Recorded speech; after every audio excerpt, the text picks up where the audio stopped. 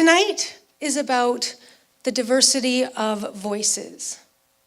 Now, by voices, I don't just mean the sound made from your vocal cords. And by diversity, I don't mean the pitch of your voice. What I mean is the many different ways your voice can be heard. Tonight, 10 members of our community are here tonight to show us and teach us some of the ways our voices can be heard. And that each and every one of our voices can make a difference in this world in which we all live. Ladies and gentlemen, fellow Toastmasters, I'm Tania Ehman. And on behalf of the Sooke Harbour Toastmasters, I would like to thank the EMCS Society for inviting us to co-host this groundbreaking event of Sooke Talks.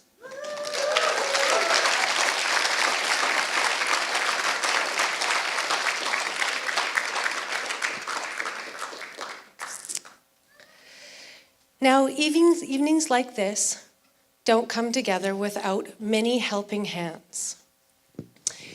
Now, I'd like for us to wait before we give our enthusiastic round of applause and show our gratitude until I mention all of the helping hands.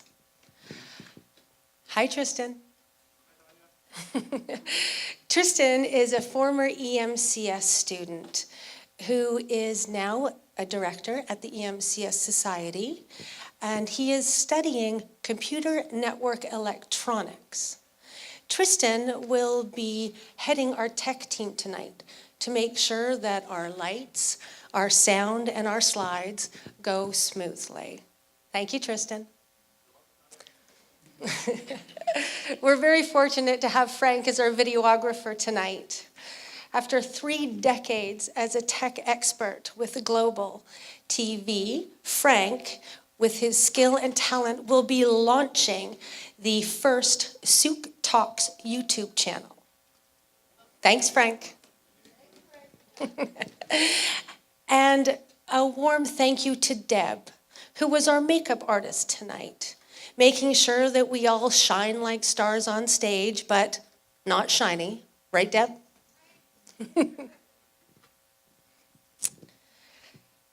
And now, I would like to thank you, our audience, for bearing the weather and making your way here, because without your support, nights like this wouldn't happen. And around 7:30, we're going to break, and we're going to stretch our legs, and we are going to enjoy some sweet treats provided by Little Vienna Bakery, Seaside Sweets, West Coast Natural Foods, Klutz Bakery, The Stick, Village Foods, and Jenny's Bakery. All donations from the sale of the goodies as well as the ticket sales will be staying exactly right where you sit, here in the theater, to upgrade the lighting and the equipment. During the break, don't forget to go visit the media table, which has been made beautiful by the Sea of Bloom. Now, if that's not community support, I don't know what is. A great applause. We have a great community. And now for a few of my have-to housekeeping duties. In case of an emergency, God forbid, and we have to leave the building, we will do so in a calm and orderly fashion through either exit, and there's one up at the top too. And for those necessary facilities, you will find them out both top doors straight down the hallway.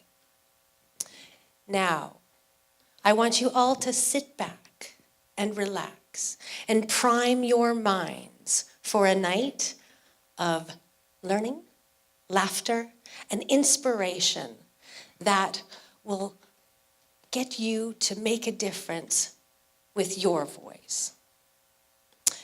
A community is made up a little bit like a choir with many voices.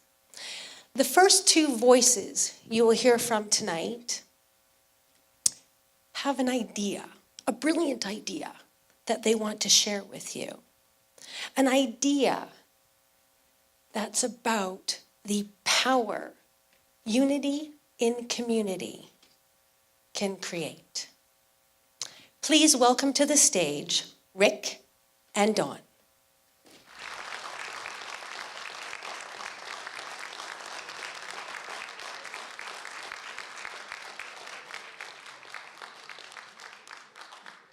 On November 12th, 2009, an idea was put forward that has the potential to change the world. Really?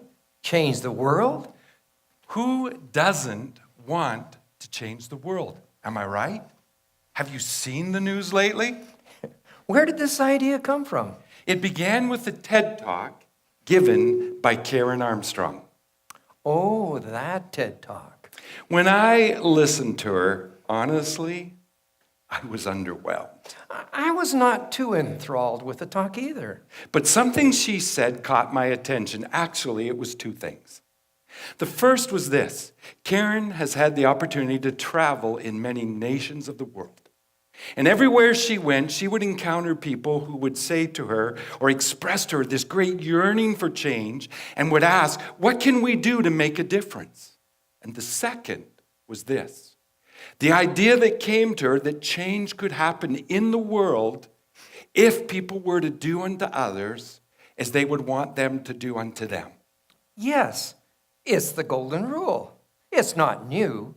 It's a universal truth that is found in all religious, ethical, and spiritual traditions. Along with the help of others, Karen wrote the Charter for Compassion, which laid out a pathway for change. It was quickly supported by many world leaders such as Desmond Tutu, the Dalai Lama, and many others. I first learned about the Charter for Compassion when I became a member of the Sooke Region Multi-Belief Initiative. This group is centered on the same principle of the Golden Rule, including respect for our diversity and an openness to share, to listen, and to learn without judging. I remember my first meeting with this group. It was at Little Vienna. I came quite warily. I wasn't sure if the idea of this group was to have some kind of a kumbaya moment. You know, people of different backgrounds, belief, and interests, all, standing there holding hands, singing together, or whether something more substantive would come out of it. It's quite a diverse working group. Members are a theosophist, A Buddhist, a yogi, a humanist, naturalist, a sociable hermit, a seeker, a Baha'i. and a follower of Jesus. I was attracted to the idea of the Charter for Compassion being a way in which we could work together to help Sooke be a city of compassion. But I must admit, I had a little trouble with the Charter when I first read it. I did too. You see, the Charter places compassion, as expressed in the Golden Rule, at the heart of all religious, ethical, and spiritual traditions. And you see, this pushed at my faith, and I need to explain. When Jesus was asked, what's the greatest command? What's the thing that's most important for a person to do? He didn't say, do unto others as you would have them do unto you. He told his followers first, love God with all your heart, soul, mind, and strength, and then love your neighbor as yourself. Yes, I agree. That pushed at my faith, too.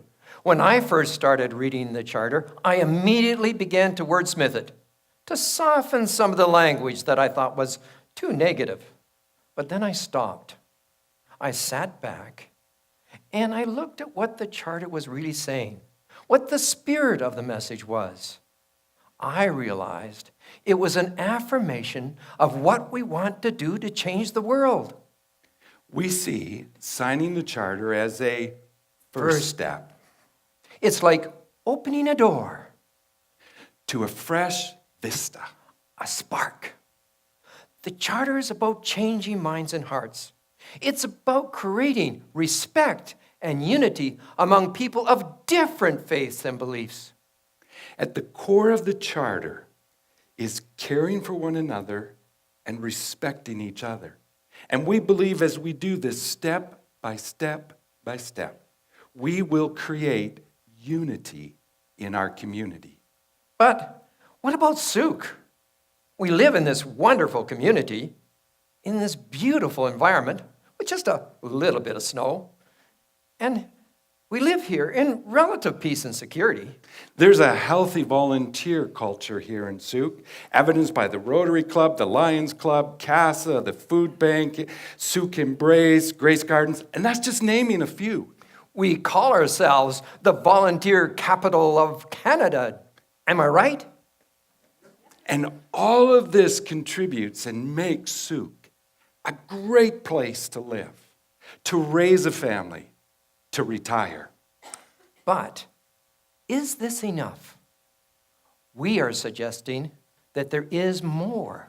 And this more can change how we interact with one another. It can profoundly define what kind of community we become. See, we all understand that the things we do as individuals have impact on others and our physical environment. The charter calls for a change of heart, to dethrone ourselves from the center of our world and place another there. For some people, this is a radical rethink. For others, it confirms what they're already doing. So why should you sign the charter? We believe the fact that you are here tonight speaks to your desire to make a difference here in Sooke and in the world. Each of us can act compassionately in our own ways. To do simple acts of kindness. To be friends with others who are different from us. To create A community of compassion. Now, Mother Teresa said, I don't do great things. I do small things with great love. We tend to think of change in giant steps. But actually, it's a whole series of small baby steps. And there is so much more positive change we can make at the community level.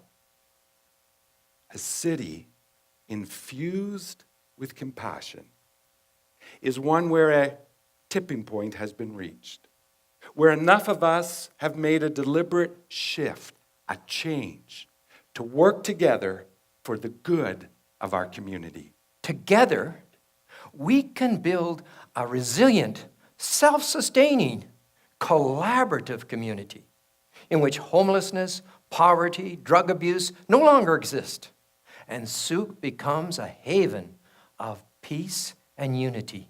Now, when Don said that, did you begin to think, this sounds a little kumbaya? What we are describing may sound like an idealistic utopia, but it can happen. It first requires a change of heart to consciously live with compassion. We're not suggesting to you that we simply be a city of compassion in name only, or that enough of us would sign the charter so we get our name on a website somewhere. What we are proposing is the beginning of a movement of people who are willing to work cooperatively together for the well-being of the whole community. We're asking of you 3 things tonight. First, please pick up a copy of the charter in the lobby, read it, and sign it as your personal commitment to live more compassionately. Second, please go to the Charter for Compassion website and sign your name online. It'll take you less than 1 minute to do so. But when you do this, you will connect to this international organization. Third, tell us you've signed the charter. Email Sooke Transition so that collectively we can all move forward to creating a city of compassion. John F. Kennedy said, One person can make a difference. I believe this to be true.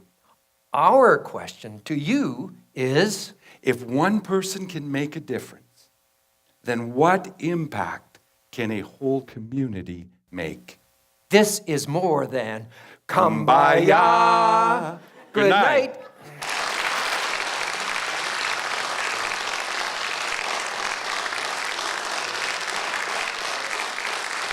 Great.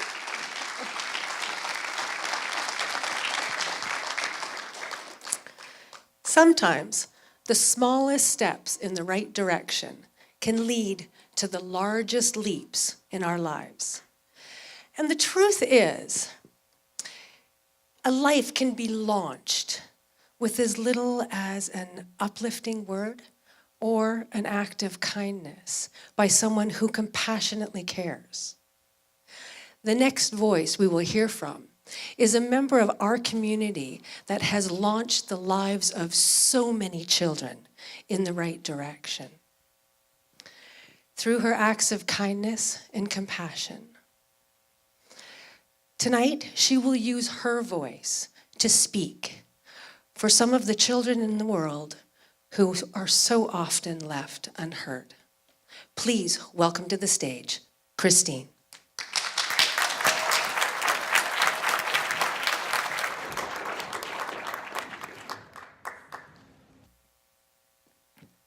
In 2002, I joined the International Committee of the Red Cross. I joined because I wanted to see Asia do heroic deeds transporting food in large trucks to refugee camps. I was sent to Africa, and I was informed that I was to speak and have tea with the colonels who were in charge of the detention facilities. Some sweet talk, keep our foot in the door in case conflict arises again. Then we'll be able to access the prisons in times of conflict according to the Geneva Conventions because of the prisoners of war that would be kept there. 2 weeks into my mission, there was a mass demobilization, lots of troops, and many minors among them. These minors had to be brought home. My job description changed overnight. I was working with the ICRC, the International Committee of Rapid Changes. So, our family tracing unit went to the transit center where the demobilized children were kept. They had shelter, food, medical attention, psychosocial support, and even some education, maybe for the first time in their lives. The team would go in and ask questions. What's your name? Who are your parents? Where do you come from? It wasn't always an easy task. Some of them were so traumatized, they just couldn't really remember. And some were so young that they couldn't absolutely remember because they just didn't simply remember anything. But then there was this third group. They were the ones that unfortunately had performed such terrible atrocities that out of shame, they didn't want to return home. These ones often led us on wild goose chases, on backwater roads, in the middle of the jungle, but we knew it was a reason to it. It was to gain their confidence and their trust, and we just had to be patient with them. So, who are they? Not only boys, are they? As you can see, there's 300,000 child soldiers in the world today, at this very moment. 40% of which are actually girls. And in 18 different countries in the world. 100,000 of them have been demobilized in the last 20 years. During my 6 years with the ICRC, I didn't see many girls, actually. So, but we were aware that they were around, but often they became pregnant and were left behind and couldn't keep up with the rest. Or simply, they weren't considered important enough to demobilize, and they did not reap the benefits as the men and the boys did. Next, please. Where are they? This is a map from 2016. It has changed a little bit since I was dealing with the issue. There are some countries that are off the bad boy list, but it's because their conflicts were over. Unfortunately, children are just too useful in armed conflict. Next, please. So what do they do? Can we go down the list, Tristan? Fighter, obviously. Bodyguards.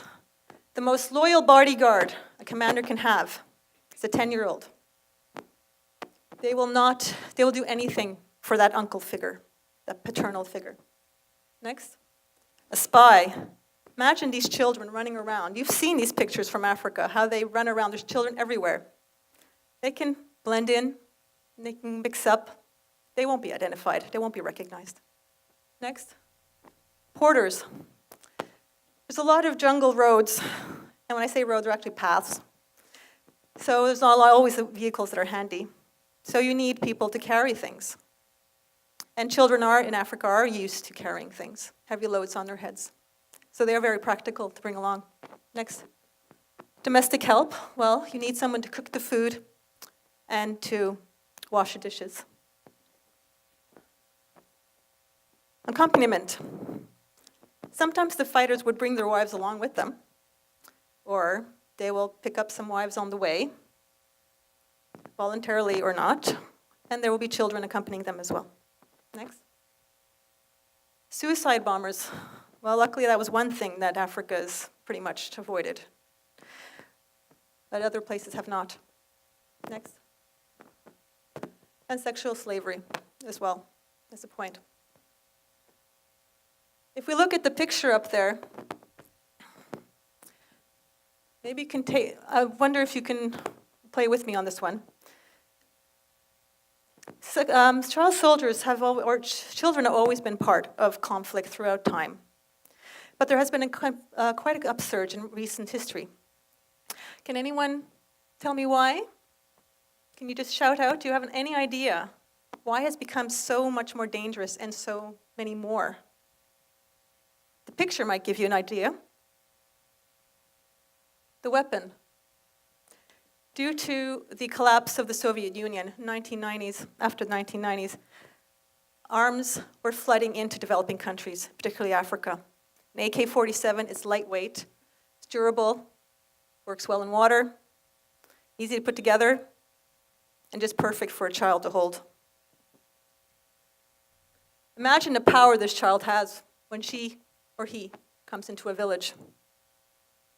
How the adults will bow to her or him.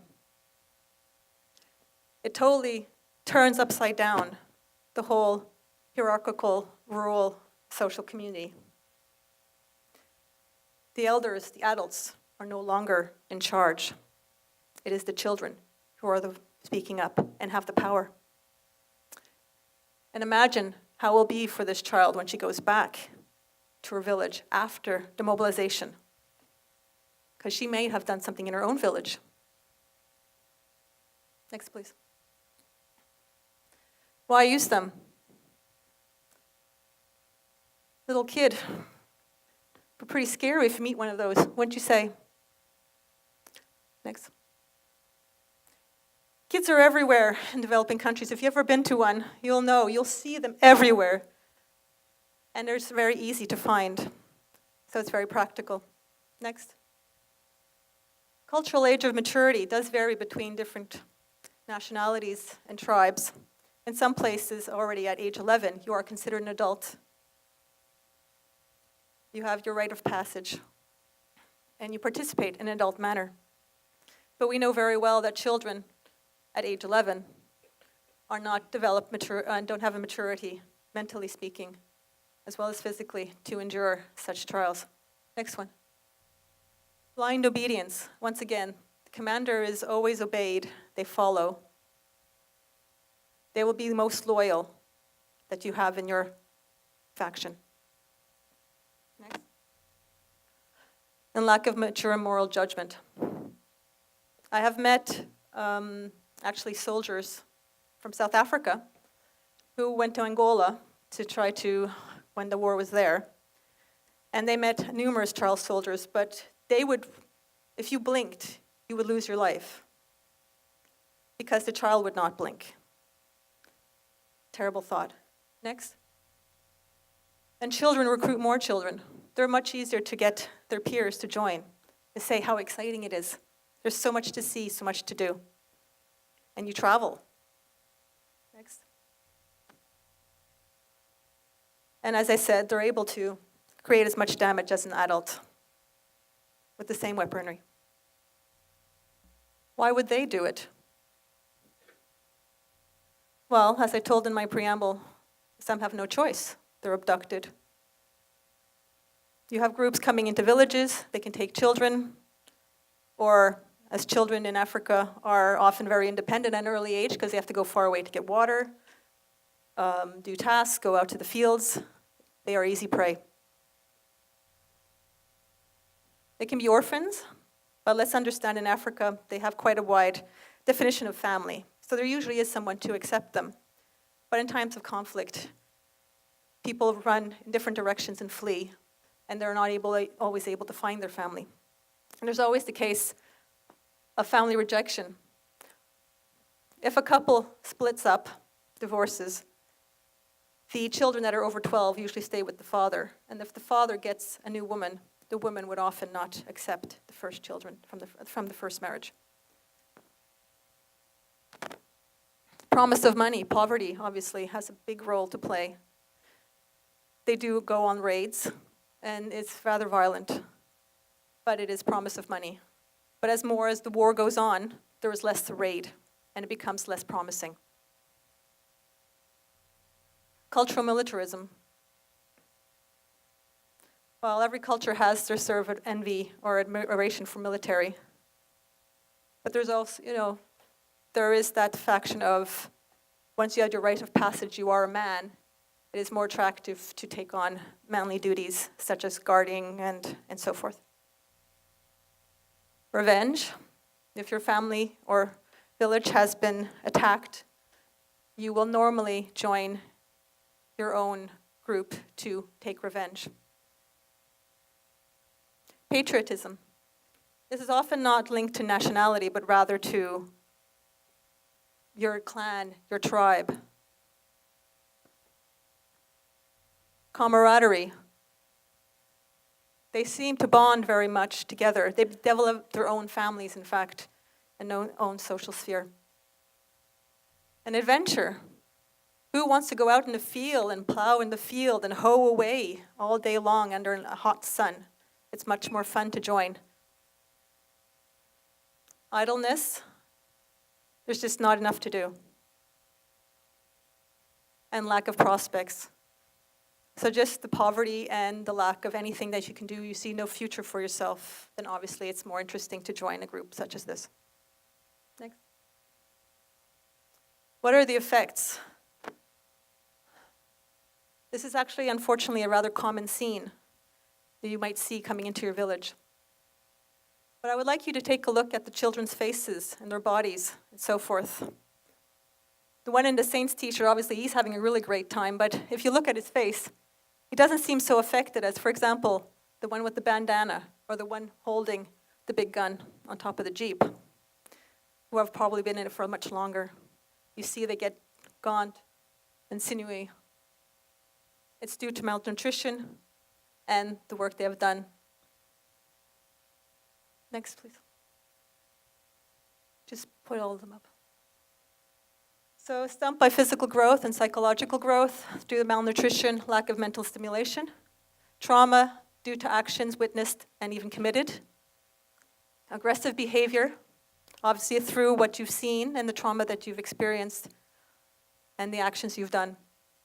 Drug addiction, the commanders often gave the kids drugs to get them, to speed them up. And the reintegration is rather difficult due to the stigma. So they are fearful to go back to their communities. Yes? So what can we do? That's a very good question. When I was creating this talk, I was advised to come with, well, what can Sooke do? It's a bit difficult to figure that one out. And I even went online to say, what can a community do? Because in my mind, I didn't see it really clearly. Well, the most obvious is you can become a delegate. And this person who is 10 years my junior is seeing off a child who is not a child soldier, but rather was separated and war affected, and being brought back to the other side of Congo. You can also obviously donate. You can advocate for those who are war affected. And also just educate yourself to show some compassion towards those who are living in conflict zones or are coming from them. But I would like to take this one step further. I talked quite a little bit about idleness, the lack of activity, where some child soldiers would join because there was nothing else to do. Now, I'm not saying that Sooke children are going to become child soldiers, but they need something to do. They need to be active. So I would say, the African saying, as you know very well, it takes a village to raise a child. I witnessed that firsthand, how the villagers accepted their children, embraced them, welcomed them back home, tried to work with them so that they could get over these traumas and heal together, but also provide them with activities, with purpose, and to make them into adults that could contribute further in the community in the future. So I would like to challenge us all to do the same here, more so than we are today. I would like to say that we should embrace our children and our youth, give them our love, give them activities, much like this theater, I would say, so that they, in turn, will contribute to our community. Thank you very much.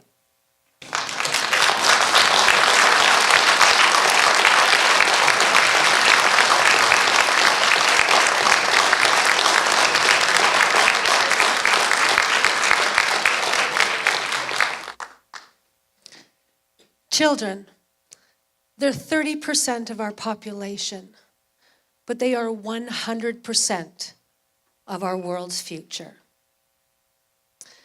Now, a child or an adult doesn't have to be halfway across the world to lose their voice or for their voice to be unheard. There are many ways we can lose our voices throughout our lives. But, lucky for us, a member of our community has come here tonight to help us reclaim our voices and have a little fun while we're doing it. Please welcome to the stage, Marjorie.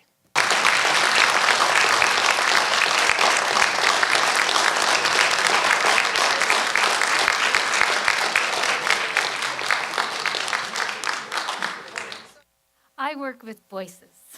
And what I hear more often than not from people like you is, I can't sing. I don't know how to sing. I don't have a voice. Well, guess what? You can sing, you do have a voice, and you already know how to sing. No one can teach you. Your body just has to remember how. So, tonight we're going to work on that. And it's going to be fun. I promise.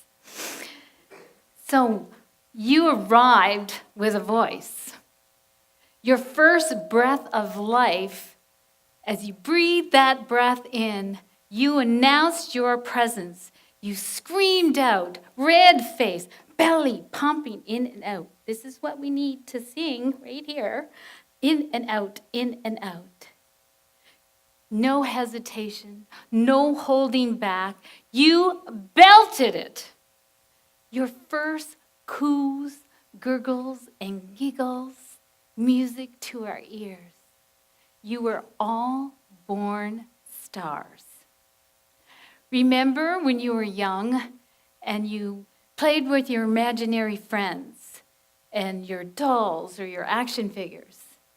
Your rich imagination created all these amazing voices. Help! Help! I'm stuck in a hole. Don't worry, I'll save you. What? Who are you? My name is Rainbow Bright, and I come from the planet of unicorns, where the trees are made of... Oh, stop talking and get me out of here. You're a rude, stupid head. Life was so much more freeing when we were young, looking out at the world, until you were told you were too loud, you sound like a cat in heat, or maybe you were told not to speak your truth. My mother often said to me, Marjorie, stop saying out loud what the rest of us are quietly thinking inside our heads. So as time passes, your voice gets smaller, smaller, smaller, until it's nothing more than this soft little whisper. So I'm here tonight to tell you that you do have a voice, that your voice matters, and your voice needs to be heard, whether you believe it or not. So let's play. So I'm going to start with something really simple. So I'm going to say, I love chocolate. And you're going to say it too, after me. So I'm just saying, I love chocolate. Now it's your turn. I love chocolate. Piece of cake, right? So now, chocolate cake. So now I'm just going to draw that out a little bit. I love chocolate. Your turn. Beautiful. Now, I'm going to just play with my pitch a little bit. I love chocolate. Your turn. I love chocolate. Oh, you're so great. Okay, now what I'm going to do is I'm going to snap my fingers. This is going to be my metronome. And I'm going to play with the little phrase, I love chocolate. And then it's going to be your turn, okay? I love chocolate. I love my chocolate. Oh, I love chocolate, yes I do, but not as much as I love you. Yes, I love chocolate. Chocolate, I love chocolate. Now you. All right. So what I did there is I took us from our speaking voice into a singing voice by just working on a simple little phrase. It's not too hard. So now what I want to do is I'm going to teach you a little song, just a tiny little song. It just has one little sentence. And what I want you to do is, if you would, could you all stand up for a moment, please?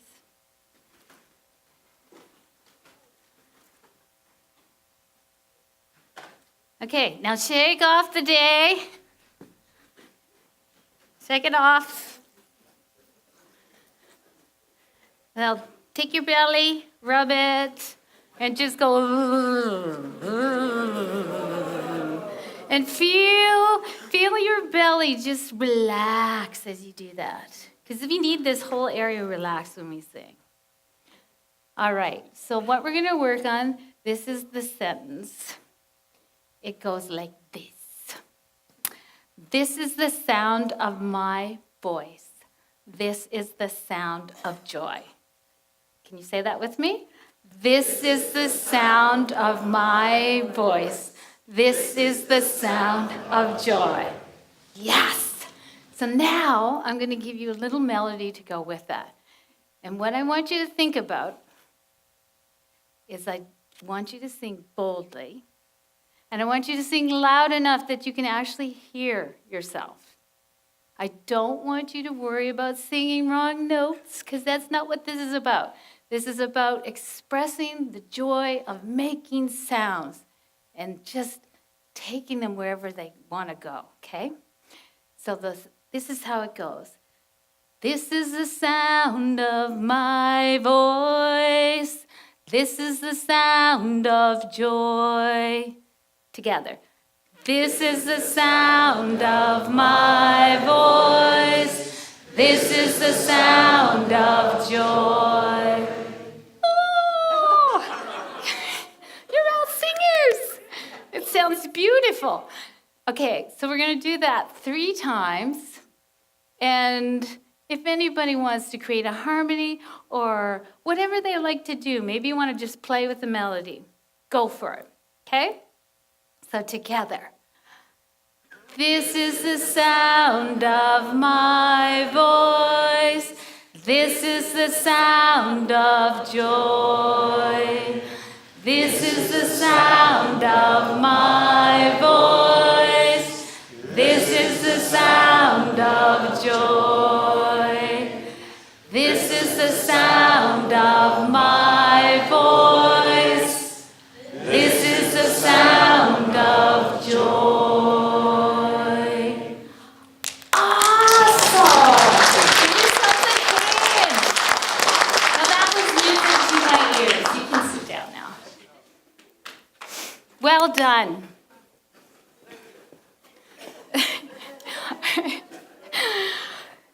So, a show of hands. How many of you sing in the car? That's not very many. How many of you sing in the shower? A little bit more. That's okay. That's better. You know when you sing in the car, people can actually see you, right? I sing in the shower all the time, and I can tell you I take very long showers. There's never any hot water left when I'm done, because that's where I create some of my best songs. And I don't know if it's the running water or what it is. It just makes me want to sing. So how many of you, show of hands, sing out in nature? It's a handful of you. What I'd like to say is, go out into the forest, go down to the ocean, because singing in nature is like the best thing ever. So hear this. Hear this. Breathe that breath of life back into yourself. Announce your presence. Sing in your car. Sing in the shower. Sing on the top of a mountain. Be the stars you were born to be. And I promise you, your voice will be the sweetest voice you ever hear. Thank you.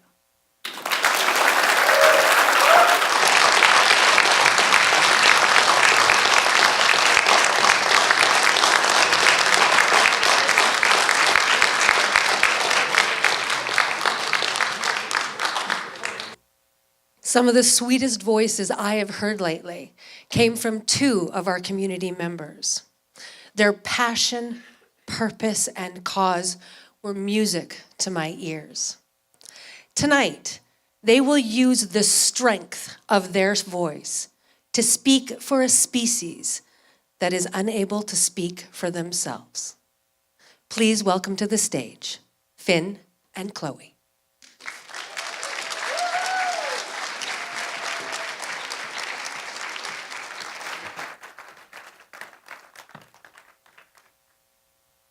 Hi. I'm Finn, and that's my sister Chloe up on the slide. Hi, Chloe. Hi, Finn. And together we started Project Howl. Help our wolves live. I want to tell you a story about a wolf we met. We live on a farm in Sooke. When we moved here, we learned that there are 9 wolf packs in the Sooke Hills. On a full moon, we have heard them howling.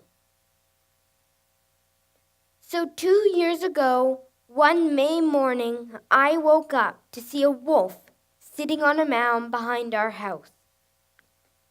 He was looking out over the field like the lord of the land. The sun lit up his mane like it was on fire, and his head was huge. He knew we were watching him, but he stayed for quite a while anyway. And when he did get up to go, he walked away slowly, like he had all the time in the world. We had so many questions. Was he a lone wolf, or was he exploring on behalf of his pack? Was he a she with a den full of pups somewhere? Why was he here, so out in the open? We knew that wolves were clever. They knew that humans were dangerous to them, and were always careful to avoid us. So why was he here? Was he really here to eat us, like in the fairy tales? Or did he want to share something important, like that he's a Vancouver Island wolf, a distinct species, genetically different, that they're of the forest and of the sea, and that they need access to both? Or perhaps he saw the environmental damage we were causing, and he came to talk, to say that wolves could help, because they're good at that sort of thing, if we let them. And they do it for free, if we let them. They did it in Yellowstone National Park, and it happened on our farm too. In the early 1900s, Yellowstone wanted to attract more tourists. The tourists wanted to see more big herbivores. But the wolves were scattering the herbivores into the woods. So the park decided to kill the wolves. The last wolf was shot in 1926. With the wolves gone, the big herbivores came out into the open, and their populations exploded. The plan worked brilliantly, and the tourists were thrilled. But not everything went according to plan. It never does. You see, the herbivores ate through everything, and pretty soon the parkland was devastated. Because here's what happened. When the grass was gone, they went for the bushes and small trees. With the bushes and small trees gone, the songbirds and the beavers had to leave. The small rodents had no more protective habitat, so they had to go. And with them went the birds of prey. With no more shade along the riverbanks, the river water warmed, the salmon stopped coming, and the bears had to go elsewhere to find their dinner. When the winter rains came, the bare riverbanks began to erode. The rivers widened, flooding the lowlands, and the park fell apart. Brilliant plan. It took the park 70 years to figure out that wolves were the one who ran the whole show. That wolves were the one who was the keystone species. And if removed, everything fell down. So, in 1996, wolves were reintroduced back into Yellowstone National Park. The results were astonishing. With the wolves back, the big herbivores scattered and hid. And just 1 year later, the grass, bushes, and small trees were regrowing. And 6 years later, the rivers had narrowed, the lowlands had drained, and everyone had come back. The ecosystem had regenerated, and it was all because of the wolves. We saw a similar thing happen on our farm when the wolf arrived. Like so many farms, We had a big problem with Canada geese landing in our field and eating all our crops. We chased them. Dogs chased them. But nothing we tried worked. They wouldn't leave. And then, as soon as the wolf showed up, they took off. Literally overnight. And they didn't come back. Our seedlings took hold and grew. But that's not all with the arrival of the wolf. We began to see changes coming to the landscape. The deer scattered. Alders grew up around the pond. A beaver came to the creek. He built a lodge and a dam and made a deep pond, which calmed the storm water, and the flooding in the field actually lessened. We could see balance returning to the land.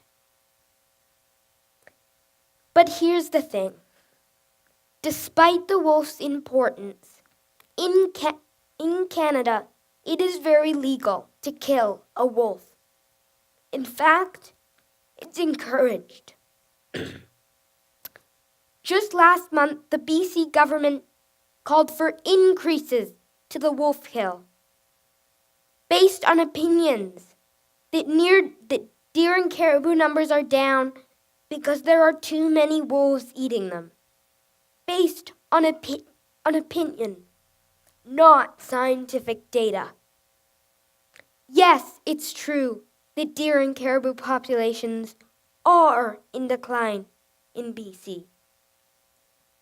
And yes, it's true the herds are not in good shape. But it's not because of the wolves. What would our wolf say about this? It's not us, it's you. He would explain that wolves don't compromise their food source by overhunting to extinction. He would explain that they only ever have one breeding pair per pack, so their numbers stay steady. He would explain if food is scarce that year, they don't have pups at all. That's science, not opinions. He would also explain that his food source, the deer and the elk and the caribou, need big open rich landscapes, habitats, to sleep in and to breed in and to eat in. And that habitat is getting attacked and destroyed all over the place by humans, not by wolves, in so many different ways. By clear-cutting, logging, mining, drilling, fracking, damming, piping, and urbanizing. The wolf repeats. It's not us, it's you. But instead of listening and taking responsibility, we blame the wolves, and then we kill them. And then the wolf says louder this time. We, wolves, don't understand.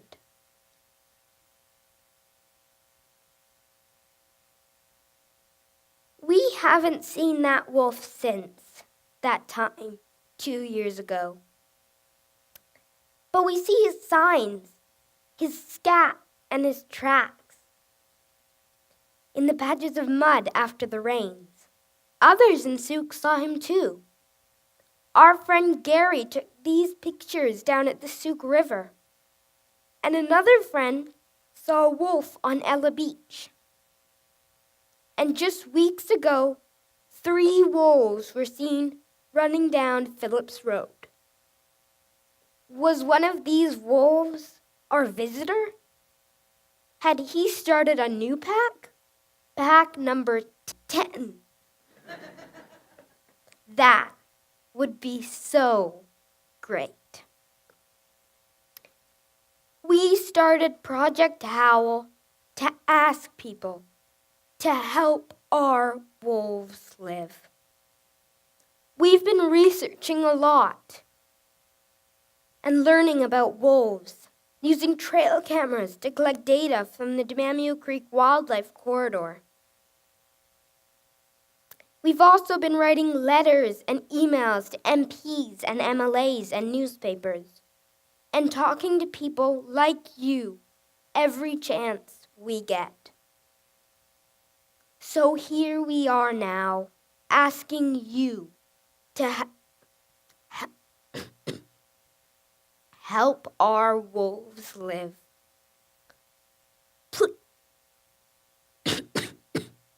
Please tell the BC government to stop the wolf kill.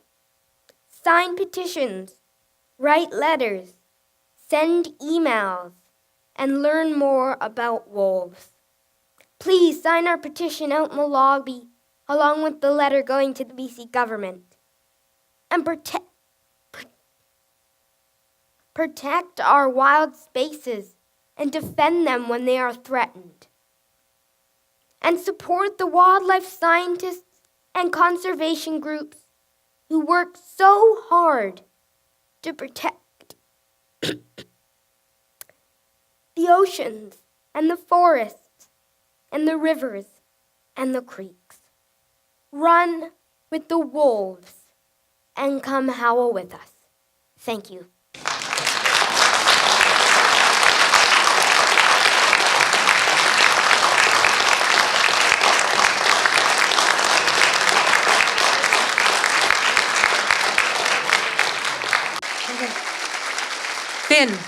Finn, come here. Come and see your audience. Take a bow.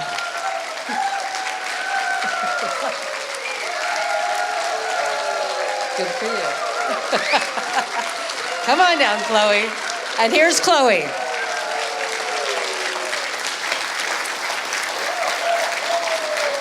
Take another bow, you two, for the wolves. Some species of trees have a root system underground that interconnect the individual trunks and weave the individual trees to create a more stable whole, so they can't be so easily blown down in the wind. Does that not remind you of some of the people we have here in Sooke? People whose roots have woven the very stability and foundation upon which much of Sooke has been built. Tonight, it is my great pleasure to introduce a member of our community whose roots have done just that. Please welcome to the stage, Phoebe.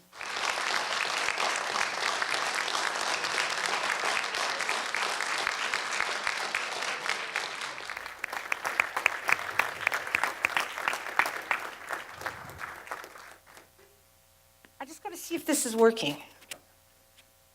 It is so nice to see so many people here this evening coming out in the snow and many old friends. But especially I want to just say a comment about Finn. Finn, where are you? You did fabulous. You're a hard act to follow. Anyway, hooray to the Unger family. So this evening there's going to be a number of images, not too many, but I'm going to kind of stick to my script because I've crafted some words. Anyway, my voice, living in the land of cedar, living in Sooke, so rich, its culture, people, and geography, as diverse. Who am I? I'm known in Sooke usually by the activities I have pursued over the years. I've been known as an adventurous, a West Coast paddler, community educator, one who's messed around in boats, a backcountry hiker and skier, A trail builder. Some have called me a trailblazer. A foodie, even an alto for a time in our community choir. And for the last 13 years or so, a wood artist. I am a carver, and wood is my friend. The reverence for wood, it feeds my soul. It guides me to find and sustain the balance for all that I do, and it has become my voice. And my voice is me. It is a voice of confidence, a voice that engages others. I share experiences, resources, and stories. My voice is one of energy, creativity, and enthusiasm. I am fortunate that I see nature's world through a very different lens. Come with me into the forest. Some of my friends are in here, but they don't know they're being projected. Walk amongst the trees. The wise say trees feed our spirits, and I believe that. For some, there is a seamless transition from the home to the woods. What inspires us wood carvers? Of all the wood carvers and wood artists I have had the pleasure to meet, regardless of how different we may be, the desire and the need to be in the forest to revere and respect is huge. We all share this unique source of inspiration, the serenity, the awe, the wonderment of nature, fused with art. Take me to the forest, a refrain our friends and their children echo when they come to visit Bob and I in Sooke. For those of us who love to be in the forest and wilds, we seize every opportunity to go out and search and source the wood, to bring it home to our sheds, to season it, to ponder about it. What might it become? Some of you maybe later or maybe at intermission, you might have seen some of the creations I've just done up in the last month. But they reflect what a lot about this talk is this evening, and I hope you get a chance to see it. We forage wood in clear cuts, ancient forests, bogs, woodlands, and at the river's edge or out on the west coast, wild beaches. Wood is one of the most vibrant and natural materials treasured around the world. Its seemingly endless varieties, the breadth of color, grain, and diversity. It's resilient. It gives, it's adaptable, it moves and breathes with the climate. The same can be said of our people who live here. The comparisons and similes are very many. Working with the wood, to create something with our own hands, to be artistic, is what one artist known well in Victoria, Robert Bateman, believes maybe be the essence of what it is to be human. We learn to use the old tools and adapt to new technologies. They say woodworking strengthens our self-reliance, confidence, sense of conservation, and promotes a healthy development to our environment. Our use of wood inspires creativity and ingenuity, simplicity, and beauty. Using the wood, do we use all of the tree? Yes, if we can. There's the roots, the bark, the withes, limbs, burls, and symmetrical trunks for lumber. However, it's usually just one part of the tree that we use. Sometimes we use roots. The beginning of some of my early career was working with wood and roots. I had the pleasure of leading a number of summer paddle trips down the San Juan River in the 90s with a lot of friends. We gathered roots from the riverbanks to make baskets, being mentored by our friends who learned the basketry art from Sooke's Granny Sue. Paddling the San Juan River, visiting the huge, impressive spruce trees, camping out, swimming in the cold river, and weaving baskets under the blue skies. Much later, years later, we discover where to salvage bigger cedar roots shaped by their efforts to seek water and nutrients. Roots that became decorative and whimsical pieces of wood art. So you might ask, what's the connection with what Phoebe's saying about being in the forest and coming out of the woods? How does the forest, its trees, its awe and wonderment, and living in Sooke beget such positive experiences and legacies that Tania mentioned? Where and how did it all begin for me? What was rooted in those early days of living in Sooke during my midlife? Jeff Bateman thinks I've lived here half a century, but Jeff, where are you? It's not a half a century. I might look that old, but we came in 1979. And the most important thing about getting grounded in a new community was to get to know your community. It's absolutely essential. And yet you must take, not the courage, but make the effort to go beyond your garden gate, get to know your neighbors, and getting connected. Getting to know what the volunteer ethic is very helpful. You gotta understand and maybe try and grasp what is that all about, because if you don't get it, you might be left behind. Having fun, going beyond your own sense of self, and eventually, if you should so choose, you may end up serving your community. Here are some of the geography, landscapes, and connecting activities that helped me find my voice. Back in the mid-'80s, a number of us in Sooke were invited to join in on some really incredible searches for big trees. The lure of the tall and big trees on Vancouver Island. Some were real, some turned out to be mythical, but they did exist in somebody's head. The adventures were many. We took helicopters into areas that were very remote, rivers and mountains where there were no roads. And later we learned to hike into some of these areas. Getting to know the key players was the next step that gave me some of the roots of how I was able later to lead many projects. The key players in the early 1990s was actually BC Parks. They came to Sooke and invited a number of us to submit proposals, which we did. And some of it even included the trail up on the San Juan Ridge, the Kludak. But getting to know who some of these people were, and some of the people involved with the conservation of Carmanah, which we were involved with, and also it led to the development of the Wantafuka Trail. But what was really important was establishing these kind of relationships. So when, in 1989, we were asked at the school, I worked for the school then, when we were asked, who wants to build a Spanish replica longboat for Sooke's bicentennial? Well, of course, by then, we knew enough people to know, well, where are we going to get the lumber and the wood and all the different materials that we needed to successfully build 2 boats. And that we did. Then, after the launching, we should have a few, oh, good, you're gone. Thanks, Tristan. Kind of forgot about the images. You're following me. Anyway, after the launching, we went into a lot of different activities. The list just goes on and on, but it included king boat competitions all over the Pacific Northwest, festivals, classic wooden boat shows, incredible voyages including going up to Nootka and a lot of remote places on the west coast of Vancouver Island, including the Gulf Islands. There were sea camps. It just went on and on. This is the kids sailing into Victoria. That might have been for the Commonwealth Games. And then most recently, this was the women. They've been rowing these boats now for 28 years. Talk about sustainability. It's one thing to create and develop a project, but for it to last, like the Kludak Trail and a number of other projects, that's on the day in August when there was the solar eclipse.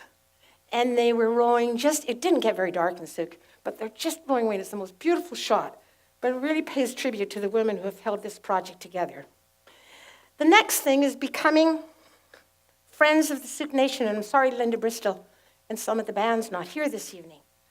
But this picture is very telling.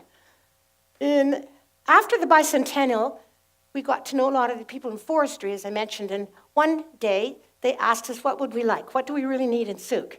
And the people that I were with, we worked with the band, and we said, we need big trees, tall trees, to help the Sooke Nation carve some canoes for the big paddle to Bella Bella in 1993.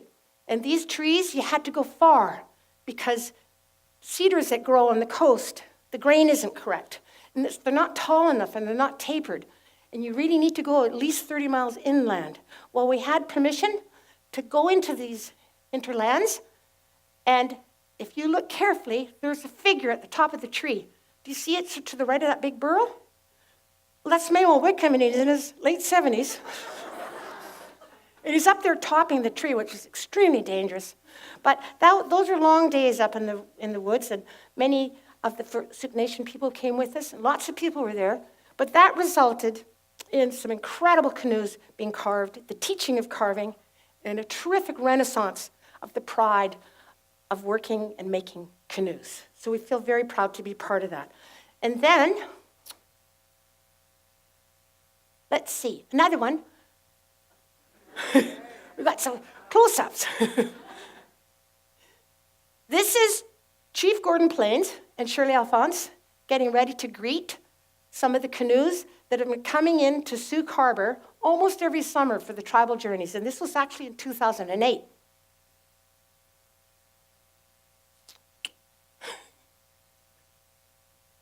It's tradition from many hundreds of years for anybody who comes in to see the Sooke people, they have to wait at the spit and be welcomed.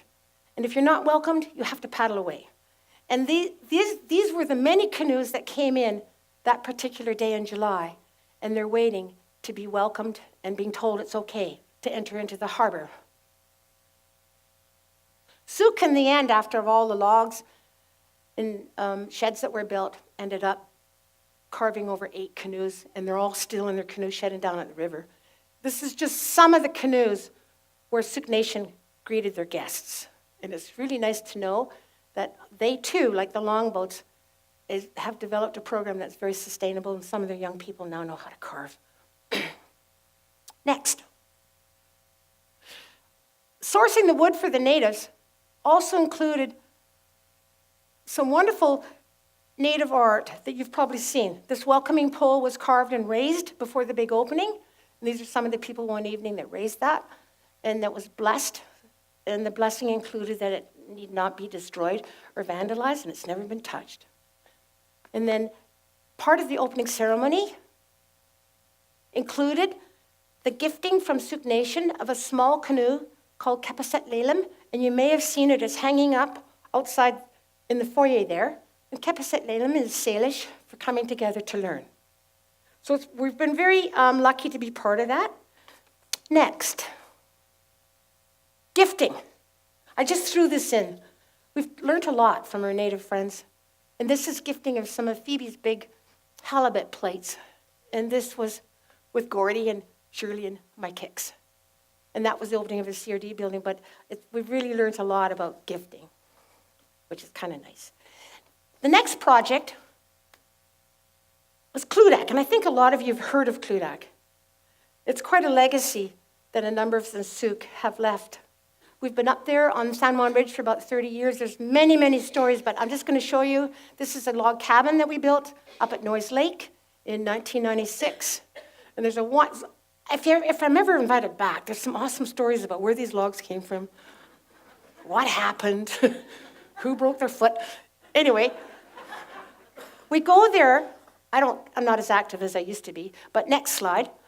It's beautiful in the winter. Most winters there's 8 or 10 feet there, but not every winter because climate has changed. Next. Part of Cludak includes education and interpretation, and lots of students from Sooke and Edward Milne, and with Canada World Youth. These students are from Uganda. They helped us one summer.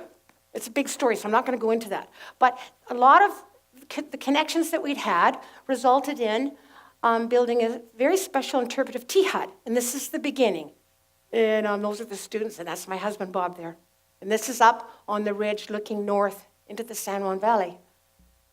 Next. That's 1 year later.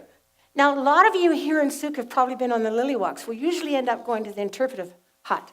And these are just some of Sooke's citizens enjoying it in the little huts just behind you. You can see that it's cabled because it can be pushed over with winter snows.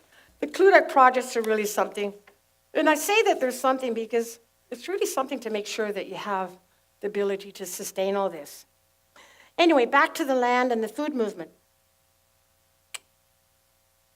Sooke's neighbors and neighborhoods are many that have supported some really nice community garden initiatives. And some of the early folks like David and Carol Mallett are here this evening. But we had a lot of fun developing a community garden in 2005 at CASA, which people mentioned earlier. And then I think everybody knows the Sun River story. We're now going into our 10th summer. But this is the beginning. But once again, for all the landscaping we did, we went back to the hills. We learned how to use the cedar. And you can see the kind of landscaping and garden structure that we ended up doing. Then Phoebe wood. You don't know who that is, but I've teased around Sooke. Phoebe wood, wouldn't you? So That's the apple shack at the community garden where the orchard is. So next, Tristan. Phoebe Wood in her carving shed. In 2005, I got a carving shed, and what a thrill, because I finally had a place to call my own, where I could store all the raw, found woods, seasoned, weathered, sawdust, roots, burls, slabs, stumps, tools, and dreams. A year ago, next, that's the studio where I store a lot of stuff. As I mentioned, half the fun is salvaging. And a year ago, a friend from Achosin called and said, a big Gary oak came down, and would I gather some of my woodworking friends, and we could come and salvage some of it. Well, it's just a giant of a tree. And we were told that a healthy Gary oak lives for 300 years. It takes another 100 years to get sick and die, and then another 100 years to fall over. So we were told that probably this tree had been standing for 500 years. But you can see that the next photo will show you some of the really nice, very interesting grains. There's a guy over in East Sooke. I don't know his last name, but his name is Al. He has this wonderful mill, and we've got 4-foot wide slabs for tables. They're probably too heavy ever to carry, but it's fun to dream about what might be possible. Bringing it all back home. Is Periel still here? Did she go? Oh, yeah, Periel. We're now getting back into bringing it all back home. A new story with many voices. This evening you've probably heard a lot about the voices. 2 years ago, we started a project, Out of the Woods, Woodworkers Along the Salish Sea. This artistic book took 2 years to do, and now it's 2 years later, and it's now in the hands of Heritage House Publishing with the distribution in the fall of 2018. This incredible story of 26 woodworkers living along the Salish Sea from the Sooke area up to Denman Island.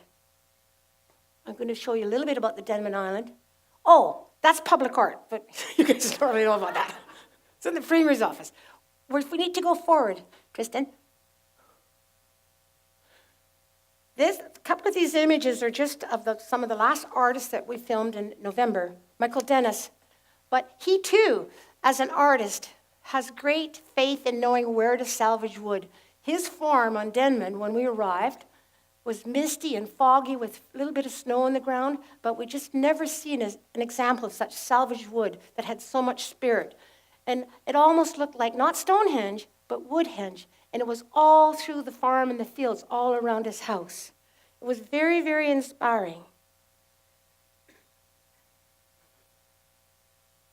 Next. It was really ghostly. It was very mystical. So our book team, we're very grateful to Periel. Sorry, Periel, I'm kind of singling you out here. But this is our book team. And I mention this because Periel, with her writing skills, she's the writer on the book team, along with the two photographers, Roth and Ramberg from Alberta, they were able to capture the voice of many and translate that into stories. And that is very, very, very exciting for us to do all that other stuff in the community with wood and have that reverence for wood and end up with the book. That'll be a wonderful story for many to behold. I'm going to close now with a call to action. My voice is the outcome of being engaged, being an integral part of the Sooke community. Being passionate is certainly part of it. None of this really crystallized until I was well into my midlife.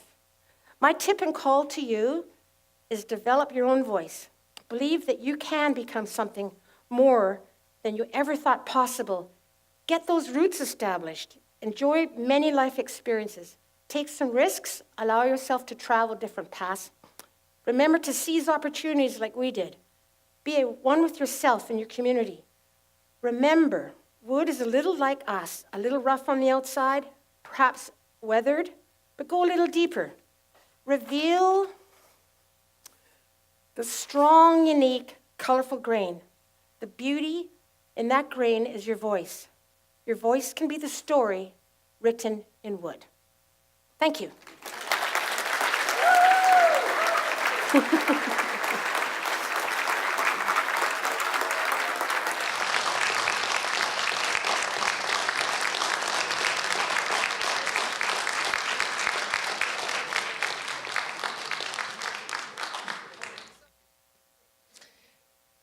It's 7:45, Thursday morning, 1 year ago. I'm sitting off to the side at the front of the classroom in one of the portables out back. I was teaching the leadership group how to conduct their own Toastmasters meeting. One of the students came up to the front to do their very first table topic, which is an impromptu mini speech. Her hands were shaking, shallow breath, a fog across her eyes. And in the voice of a mouse, she said, "Can I sit down?" But before that class was over, that same student came back up to the front of the class, and with the courage of a lion, she spoke. Over the last year, that voice has grown, not only to speak up, but to speak out, to help others. It is my honor to introduce you to that voice this evening. Please welcome to the stage, Emma.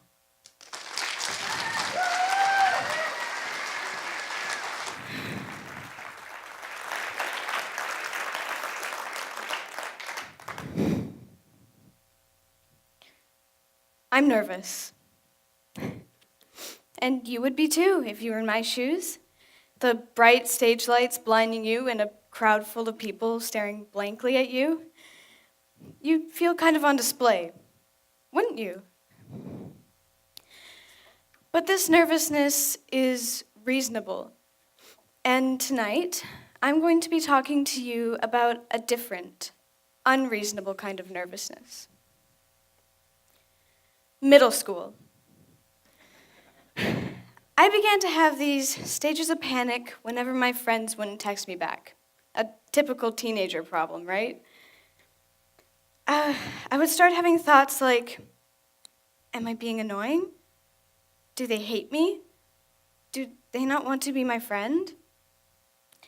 Those thoughts would eat away at me until I finally received a response.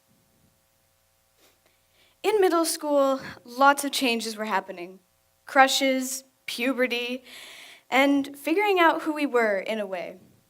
We were all transitioning from 8th grade children to young adults in high school, and my friends were going through some major changes. However, they didn't handle those changes in positive ways. They became mean and petty and were constantly fighting and screaming at each other. And I hated how I couldn't fix anything. I hated myself because I couldn't fix anything. Around halfway through the year, my 2 best friends decided that they didn't want to be my friends anymore. And suddenly, I was alone. That, along with the endless drama that was happening that year, made it feel like my world was crashing down on me.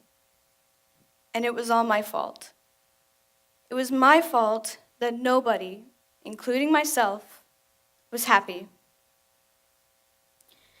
My panic attacks began to get worse, and the amount of times I was unreasonably overwhelmed was unsettling.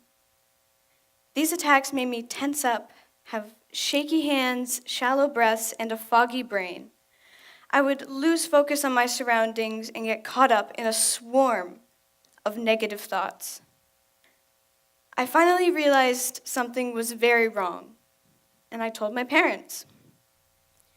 They were understanding and told me they went through similar circumstances when they were younger. They wanted to help as much as they could, but they realized I was not scared and not nervous as we had always believed, and their heart-to-heart talks were not working.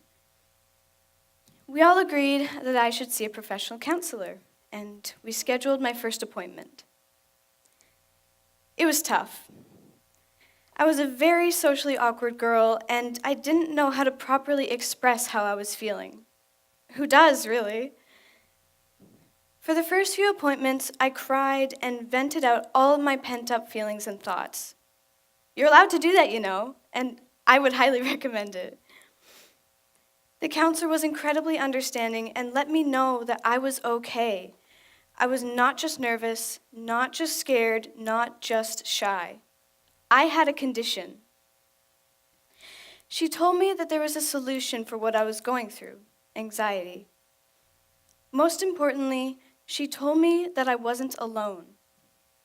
I was surprised to hear this. I honestly believed that nobody could relate to what I was going through.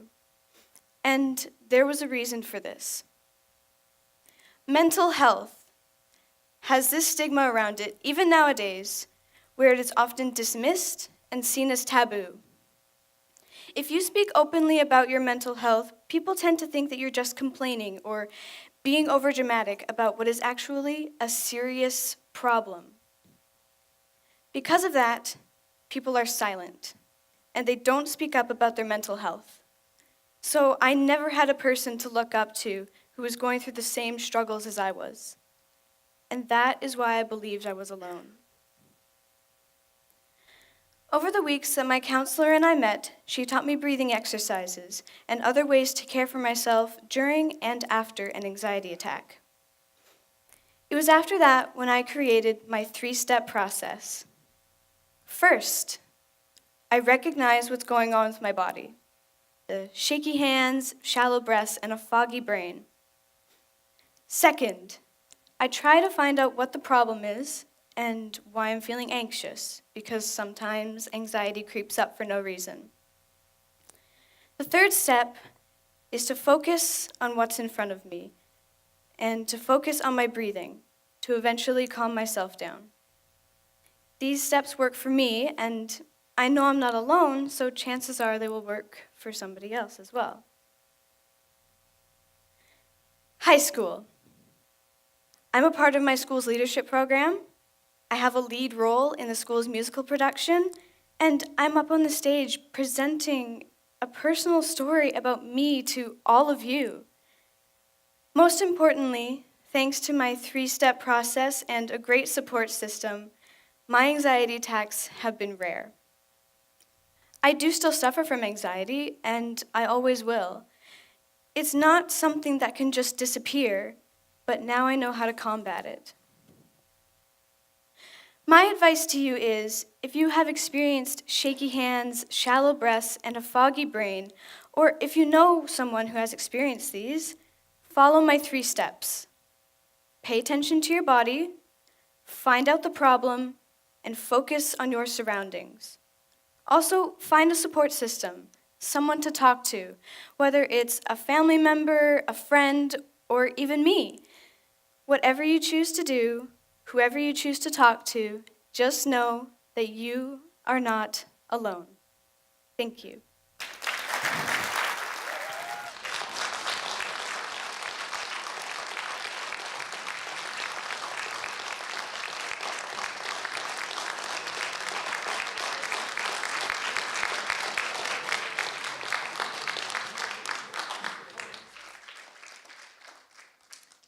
It seems like everything always comes back to the breath, and rightly so. We wouldn't be going very far without it, would we? But what I didn't know was how taking a proper breath is such an art form, and how I could be doing it so wrong for so long. Lucky for me, I learned, but not just from anyone. I learned from a teacher who is a true master of the breath, and a master of the gong, and a master of the singing bowls. Tonight I introduce to you a member of our community who is committed to using her voice to teaching us all the art of aging with grace. Please welcome my yoga teacher and my fellow Toastmaster. Welcome to the stage, Tracy.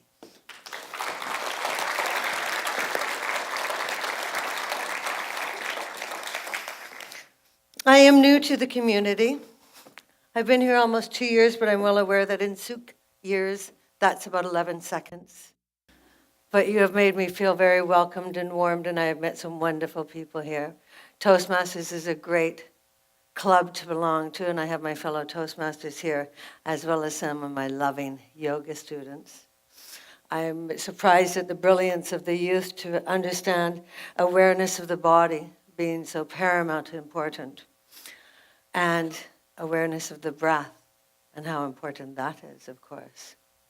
So, with my Aging with Grace, and I'll be 85 in 2 weeks, so it's really taking. I encourage you to join us.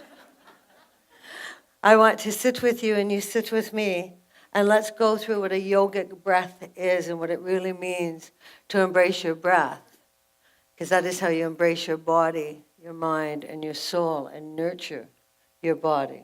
So if you can clear off everything that you have around you and make some space for you to sit upright in your chairs. Get rid of your purses and make some room. So a yogic breath, we're going to do an Ashtanga yogic breath where I teach very much consciousness, breath consciousness, toning the body and stretching the body. So what we're going to do is we're going to inhale through our nose, and it's going to be one cycle of breath with a nice long inhale. And then an exhilarated exhale. And you're going to put your right hand on your tummy and your left hand on your heart. And you're going to forget what Cosmopolitan says about that flat tummy, and you're going to fill your tummy with breath, more like what Marjorie said. Breathe into your hand. It's a two-part breath, in that the second part of your inhale, your long, beautiful inhale, your chest is going to raise. Your shoulder blades are going to be behind your back, so actually lift them up and put them behind your back right now and give me your heart. Your heart is the most prominent part of your body. Now I want you to inhale and lengthen your back and get very long and beautiful in your spine.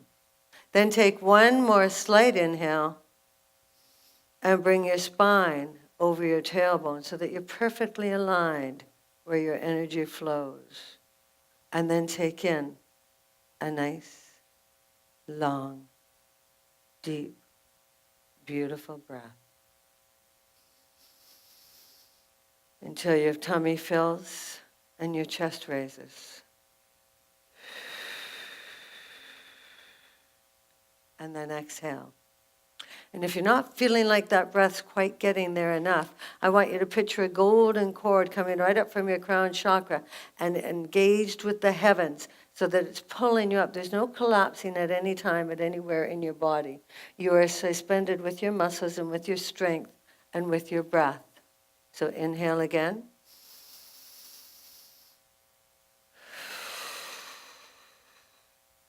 Full yogic breath. Feel your tummy and feel your chest. Be long in your breath, tall in your spine. Inhale.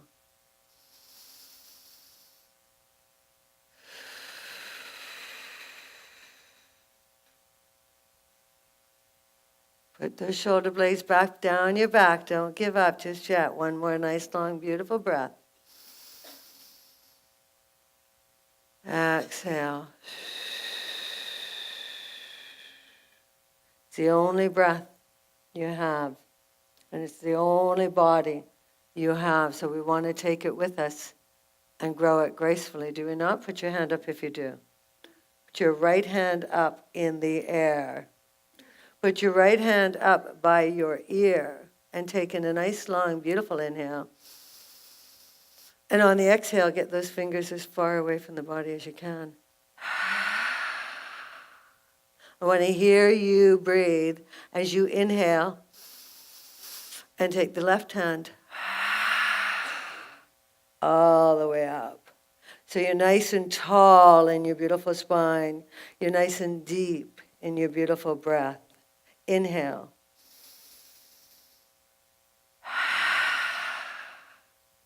Exhale.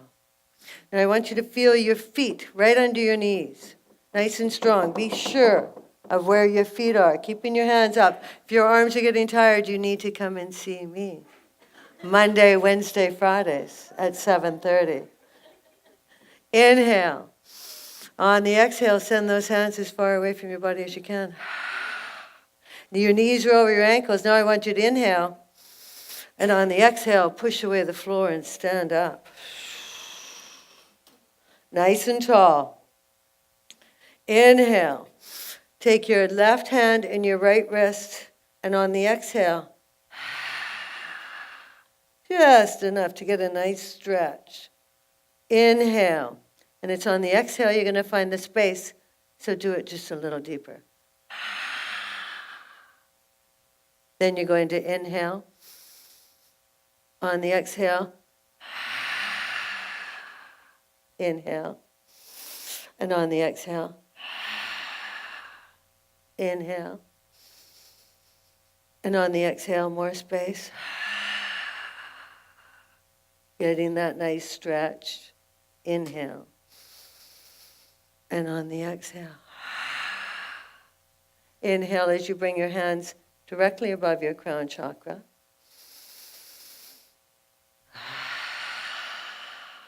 Inhale.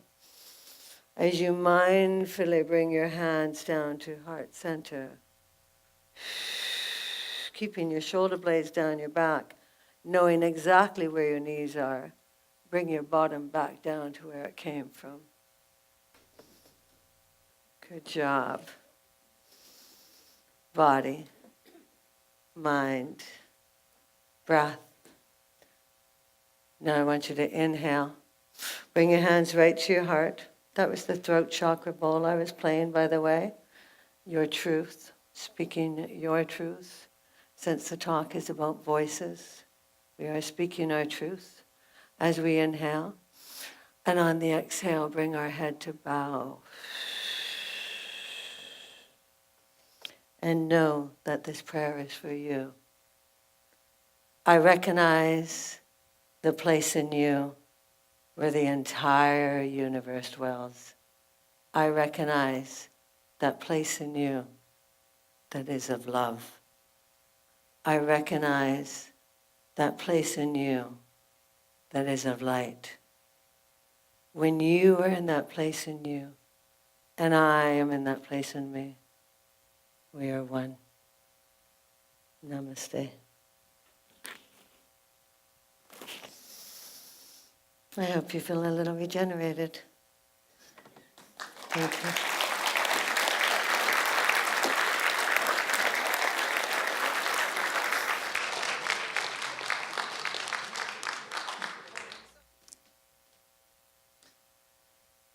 Tracy always finishes her class with that prayer.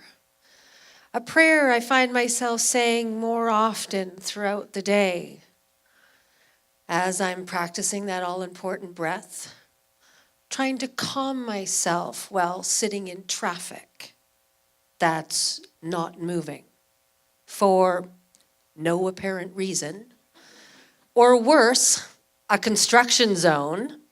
Can you feel my pain? Thank you.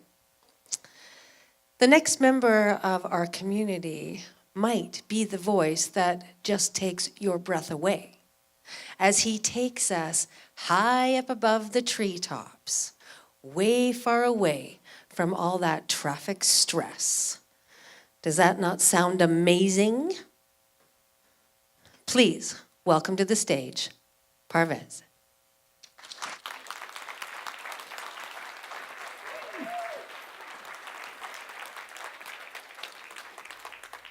Thank you, Tania. Good evening, ladies and gentlemen. How many of you have been stuck in the Colwood Crawl? Yeah. We live in Sooke. We have that every day. Hopefully this evening I'm going to give you some ideas, but don't take them too far. I'm going to be talking about flying cars. Sometimes I wish I had one. You'll have to learn some new road signs. Here's one. It's already operating in Dubai. It's autonomous, no driver. You just get into it, tell it where to go. It does it for you.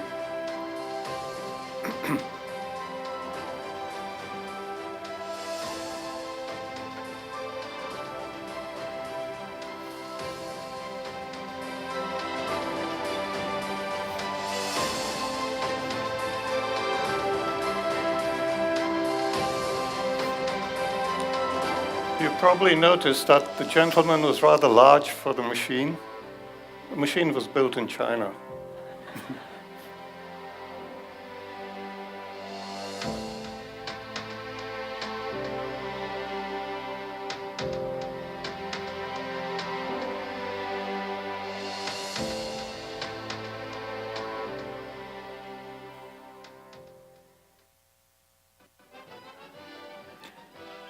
I'll take you back, way back. They even dreamt of it then. They must have had traffic jams. The Aero car. At San Francisco's International Airport, Taylor shows how quickly you can convert car into plane. Change a 60-mile-per-hour traffic-hampered buggy into a high flyer on the unlimited highways of the sky. The conversion There you takes go. but a few minutes. No more trouble than changing a tire, and a lot more fun.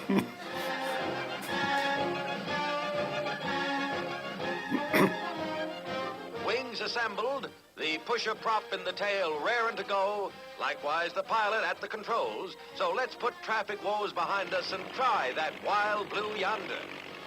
The Aero car is at home on highways or skyways.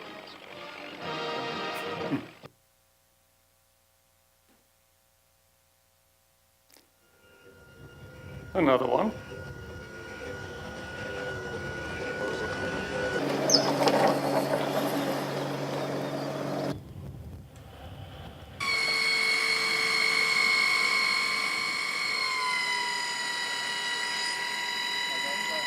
I think it needs some grease.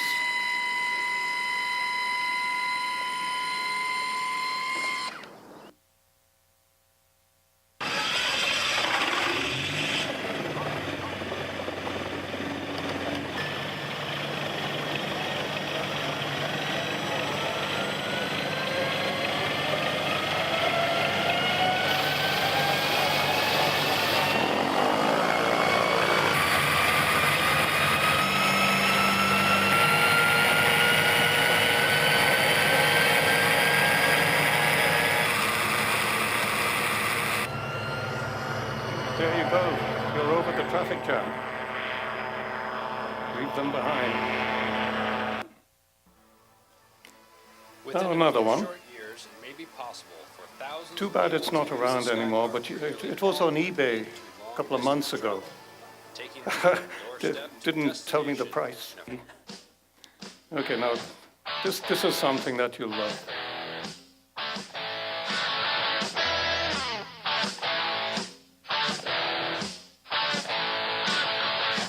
Well, the week is over. We sleep for Friday night. When the whistle blows, the world looks better in lights. We're in a disc, hit the road, gonna drive all night. Highway to hell, or black and black, not a word is right. 'Cause I won't be in AC/DC. When those about to rock, we salute you. It takes regular.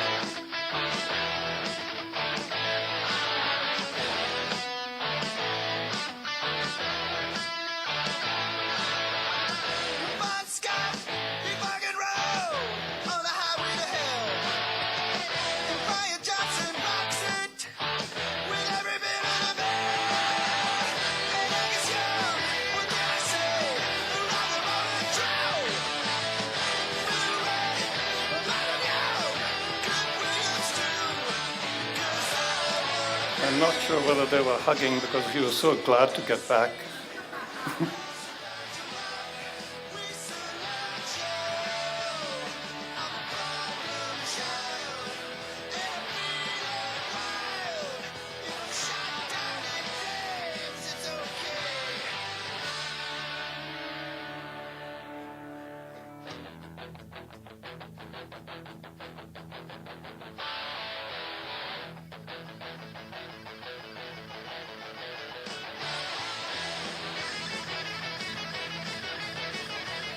Notice it was called Transition. Transition Sooke.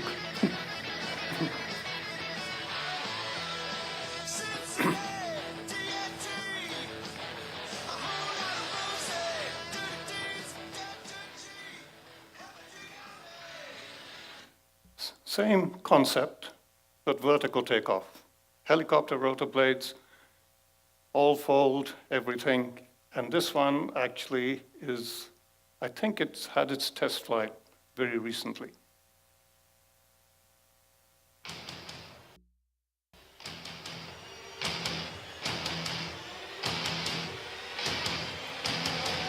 I don't know why all these things are in the Middle East. They must have lots of money. Yeah, they do.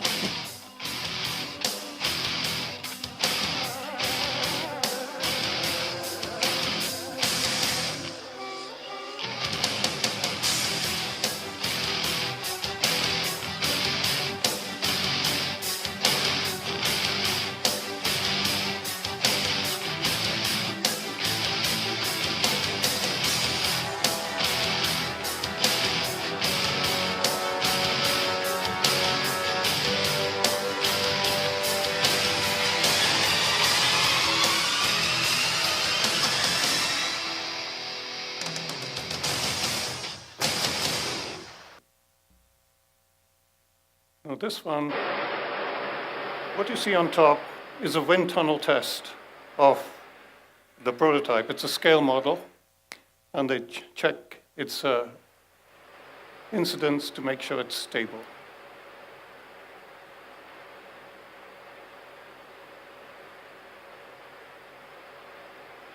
And it'll be flying fairly soon. This, of course, is an animation of what it'll do.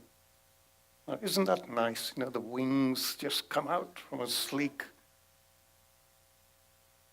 And if you look at the back, you know, the tail pushes back out.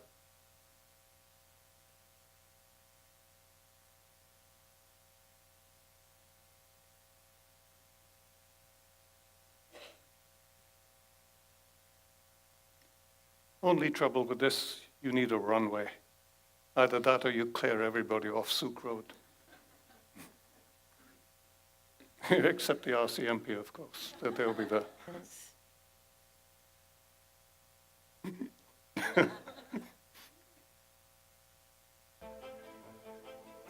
Now, even a big company like Airbus, you know, big jets, jumbo jets, but they're also thinking of this very, very seriously. I used to work at Airbus, therefore I'm biased, I will buy this one.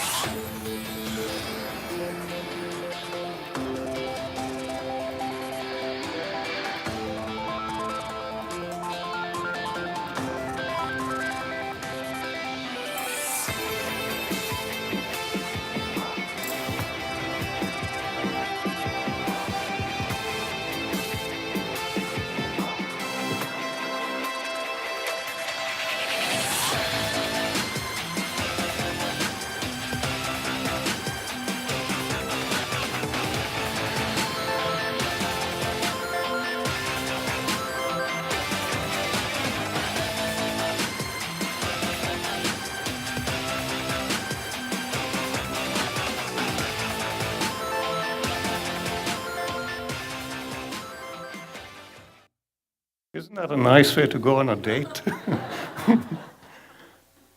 Okay, Airbus, like I said, they're working hard on that sort of design. And this one actually, I'll show you, it flew last month. First unmanned test flight a couple of weeks ago.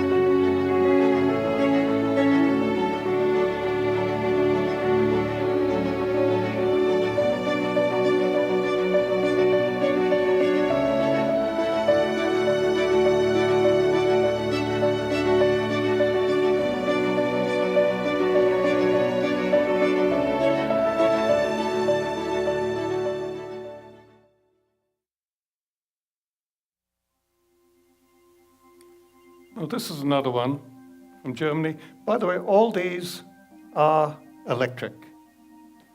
No gas, no nothing, and they're autonomous, operate by themselves.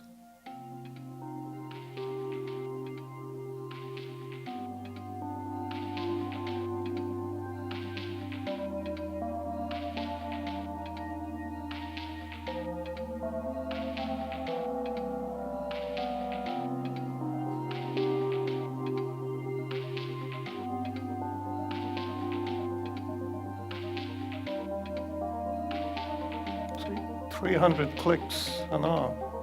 You leave the coral way behind.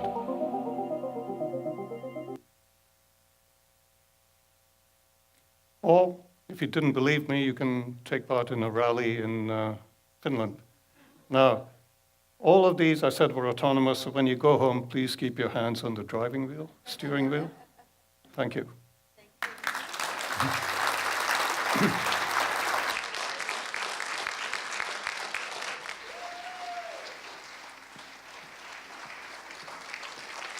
Let's welcome all of our speakers back up on stage, please.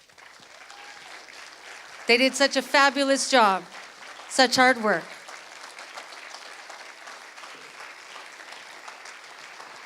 Come on, you guys, all up in the middle. I'll stand on the end. Okay, for you. Come on, everyone. Let's all hold hands. Let's kumbaya, guys. There's a lot of us. Here we are. Hold hands. Okay, everybody up and down. Perfect. I have something for you. Okay, I'm going to finish up here first. Excellent job, everyone. Thank you. Well done.